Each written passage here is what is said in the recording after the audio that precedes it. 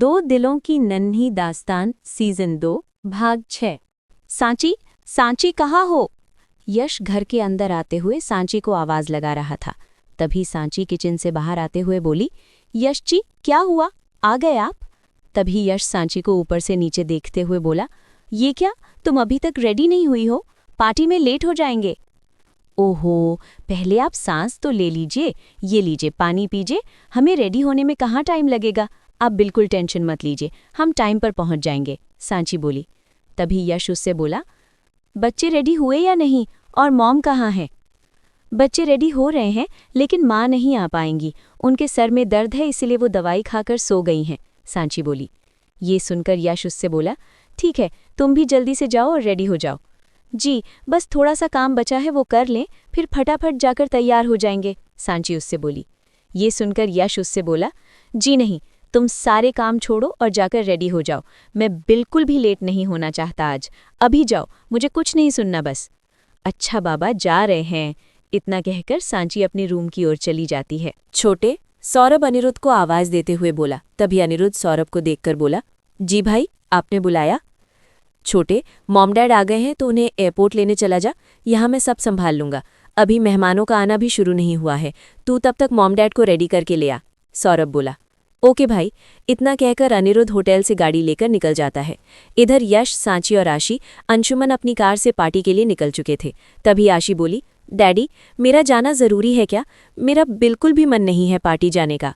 आशी बेटा, उन लोगों ने पूरे परिवार को बहुत प्यार से इनवाइट किया है, अगर ऐसे में कोई भी एक ना जाए तो उन्हें बहुत बुरा लगेगा, और वैसे भी यहाँ वहाँ आओगी जाओगी तभी तो लोगों से मिलोगी, उन्हें पहचानोगी, यश आशी को प्यार से समझाते हुए बोला।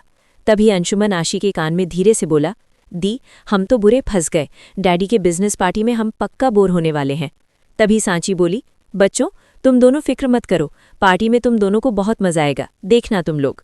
आशी का अचानक से फोन रिंग करने लगता है। आशी देखती है युवी का फोन है। ये देखकर वो फोन काट देती है। युवी दोबारा कॉल करता है। ये देखकर अंशुमन बोला, दी, किसका कॉल है?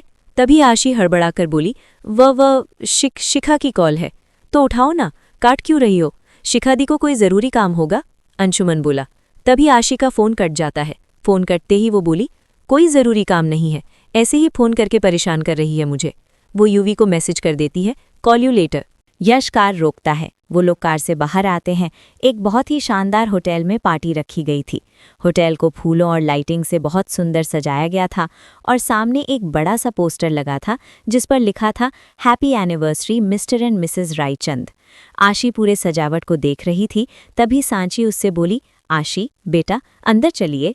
वाओ, इट्स सो ब्यूटिफुल, कितनी सुंदर डेकोरेशन है ना मम्मा, अंशुमन सांची से बोला। वो सब अंदर आते हैं। अंदर भी बहुत सुंदर डेकोरेशन किया हुआ था।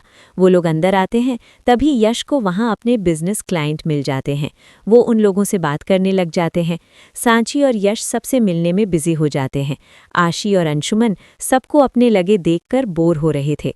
अंशुमन आशी से बोला, दी, इससे अच्छा तो हम घर ही रहकर स्टडी कर लेते, कम से कम बोर तो नहीं होते, यहाँ तो सब अपने आप ही लगे पड़े हैं, हमारी तो किसी को पड़ी ही नहीं। तू सही कह रहा है लड्डू, पर अब क्या ही कर सकते हैं, बोर होने के अलावा हमारे पास दूसरा कोई रास्ता भी तो नहीं है, आशी बोली। तभी लाइट बंद हो जाती है और पूरा अंधेरा छा जाता है। ये देखकर अंशुमन बोला, लो, अब इसकी ही कमी थी। अंशु, चुप कर, आशी उससे बोली। तभी लाइट डिम हो जाती है और एक आवाज़ आती है, good evening ladies and gentleman, आप सबका बहुत बहुत थैंक यू कि आज आप सब मेरे मॉम डैड की एनिवर्सरी में शामिल हुए। तो अब हम सब के बीच आ रहे हैं आज की पार्टी के शान। So please welcome my lovely couple mister Jaswant Raichand and missus Usha Raichand. तभी सीढ़ियों पर एक स्पॉटलाइट पड़ती है। अनिरुद्ध के मम्मी पापा एक दूसरे का हाथ थामे नीचे आ रहे थे। सभी उन दोनों को आते हुए देख जोर जोर से तालियां बजाने लगते हैं। वो दोनों नीचे आते हैं। तभी सौरभ और काजल जी आकर उनके पैर छू लेते हैं। दोनों अपने बच्चों को उठाकर गले से लगा लेते हैं। कियारा भी भागते हुए आती है और अपने दादी दादू के पैर छू लेती है। जसवंत जी उसे अपने गोद में उठा लेते हैं। तभी फिर से एक आवाज़ आती है, सो इस ब्यूटीफुल कपल का एक कपल डांस तो बनता है, व्हाट से? ये सुनकर सभी हूटिंग करने लगते हैं। उषा जी बोली, ये बच्चे भी ना कुछ भी बोल रहे, इस उम्र में कपल डांस?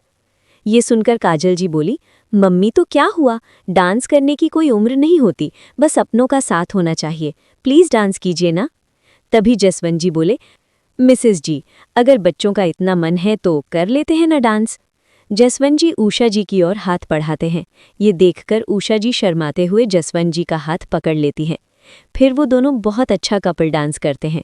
डांस खत्म होते ही सभी जोर जोर से तालियां बजाने लगते हैं। सभी मेहमान उन्हें बधाई दे रहे थे। तभी उषा जी सौरभ से बोली, सौरभ, ये अनी कहाँ है? एयरपोर्ट से लौटने के बाद मैंने उसे देखा ही नहीं। ये सुनकर सौरभ बोला, यहीं कहीं किसी काम में लगा होगा, आप पार्टी एंजॉय करो, मैं उसे देख कर आता हूँ। वो लोग सभी मेहमान से मिल ही रहे थे कि तभी यश अपनी फैमिली के साथ वहां आते हुए बोला, नमस्ते रायचंद साहब, happy anniversary both of you. Yash को देखकर जसवंत जी खुश होकर बोले, मिस्टर शिखावत आप हो? ओ माय गॉड, कितने सालों बाद मिल रहे हम। यश जसवंत जी से हाथ मिलाकर गले लगता है।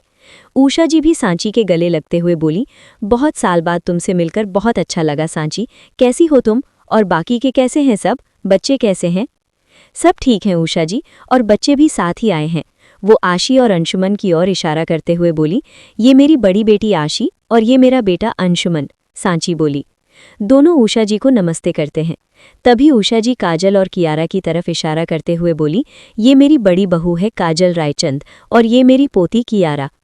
तभी सौरभ वहां अनिरुद्ध को लेकर आता है। अनिरुद्ध जैसे ही वहां आता है, उसे देखकर आशी हैरानी से बोली, ये यहाँ क्या कर रहा है? तभी अनिरुद्ध अपनी माँ से बोला, मॉम, कैसा लगा आप दोनों को हमारा सरप्राइज? मॉम, इसका मतलब ये? आशी हैरानी से बोली। आशी अनिरुद्ध को वहां देखकर हैरान हो जाती है। वो उसे देखकर मन में सोचती है, ओ नो, ठाकुर जी, इसने मुझे उस रात को अकेले रास्ते पर देखा था, कहीं ये एंजल ममा और डैडी से कुछ कह न दे। तभी यश जी अनिरुद्ध को देखकर मुस्कुराकर बोले, हेलो अनिरुद्ध, कैसे हो? ये देखकर अनिरुद्ध उनके पास आकर पैर छूकर बोला, I am fine uncle, and आप मेरे इनवाइट करने पर यहाँ आए उसके लिए थैंक्स।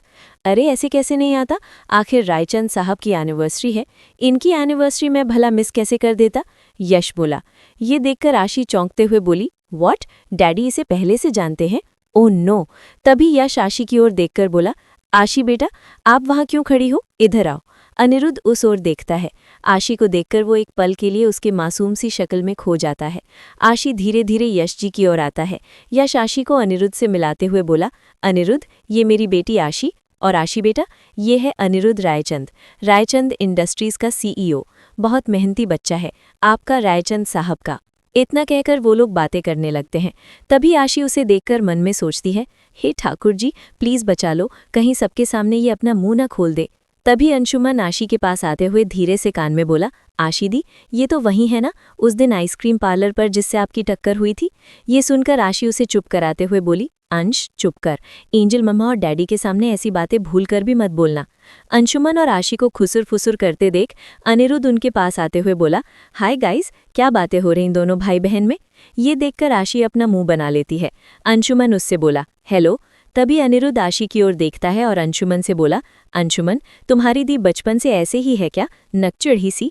अंशुमन ये सुनकर अनिरुद्ध की ओर घूर कर देखते हुए बोली, तुमने मुझे नकचढ़ी कहा? खुद को देखा है मिस्टर अकड़ूचंद? अनिरुद्ध आशी की बात सुनकर नकली मुस्कुराहट ये बोला, अंशुमन, एक मिनट, मुझे तुम्हारी दी से एक ज़रूरी बात करनी है, एक्सक्यूज़ मी।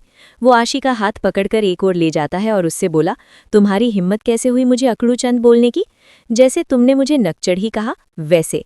और एक बात, हम पहले भी मिल चुके हैं, ये बात मेरे डैडी और एंजल ममा को पता नहीं चलनी चाहिए, गॉट इट? आशी बोली। उसकी बात सुनकर अनिरुद्ध टेढ़ी मुस्कान लिए बोला, क्यों, कहीं तुम्हें डर तो नहीं, या फिर तुमने कुछ गलत? जस्ट शट अप, ओके, अपनी बकवास बंद करो और जैसा कहा है वैसा करो। आशी इतना कहकर जाने लगती है। अच्छा, और मैं तुम्हारी बात क्यों मानूं? अनिरुद्ध उससे बोला। ये सुनकर आशी उससे कुछ कहने ही वाली होती है कि तभी काजल जी वहां आते हुए बोली, क्या बातें हो रही हैं? काजल जी को देखकर अनिरुद्ध बोला, कुछ भी नहीं भाभी, हम तो बस ऐसे ही। काजल जी आशी को देखकर बोली, हेलो, मैं अनी की भाभी हूँ। आशी नमस्ते कहती है। तभी काजल को सौरभ बुलाता है। ये सुनकर काजल उनसे बोली, तुम दोनों बातें करो, मैं अभी आती हूँ। काजल वहां से चली जाती है। तभी आशी उससे बोली, देखो, अगर तुमने ये बात किसी को भी बताई ना तो मैं तुम्हारी कार का टायर पंचर कर दूंगी। उसकी बात सुनकर अनिरुद्ध हैरानी से बोला, व्हाट? आशी वहां से चली जाती है। अनिरुद्ध उसे जाते देखकर उसकी बात सोचकर उसके चेहरे पर हल्की सी स्माइल आ जाती है। उषा जी जो कब से अनिरुद्ध और आशी को एक साथ देखकर मुस्कुरा रही थी, अनिरुद्ध को स्माइल करते देख कुछ सोचकर मुस्कुरा देती है। यूवी बार बार अपना फोन चेक करता है। आशी की ना कोई मैसेज और ना ही कोई कॉल आई थी। ये देखकर वो खुद में सोचते हुए बोला, कमाल है, कॉल यू लेटर बोलकर अभी तक एक मैसेज ना कॉल कुछ नहीं। आखिर बिजी कहाँ है इतनी? पहले तो कभी भी ऐसा नहीं हुआ। वो खुद में सोच ही रहा था कि तभी उसका फोन रिंग करता है। ये देखकर वो जल्दी से फोन के स्क्रीन पर देखता है, एक अननोन नंबर से कॉल आई थी। वो फोन उठाकर हेलो कहता है, तभी दूसरी ओर से कुछ कहा जाता है जिसे सुनकर यूवी की स्माइल और भी लंबी हो जाती है। जी okay, thank you so much. Yuvi इतना कहकर कॉल काट देता है। कॉल काटने के बाद वो खुद से बोला, यूवी, तुझे सुपरस्टार बनने से अब कोई नहीं रोक सकता। इतनी बड़ी खुशखबरी मिली है, पार्टी करना तो बनता है। इतना कहकर वो फटाफट से रेडी होकर अपनी बाइक की चाबी लेकर निकल जाता है। यश जी आशी को अनिरुद्ध के पास लेकर आते हैं और अनिरुद्ध से कहते हैं, आशी बेटा, आपको पता है अनिरुद्ध अपने डैड के बिजनेस को बहुत अच्छी तरह से संभाल रहा है। इनफैक्ट इस बार best businessman of the year में अनिरुद्ध भी नॉमिनेटेड है। अनिरुद्ध ये सुनकर मुस्कुरा देता है। तभी आशी अनिरुद्ध को देखकर मुंह बना लेती है और अपने पापा से कहती है, डैडी, बिजनेस वर्ल्ड में कोई कितना भी आगे क्यों ना हो, मेरे लिए तो आप ही बेस्ट हो।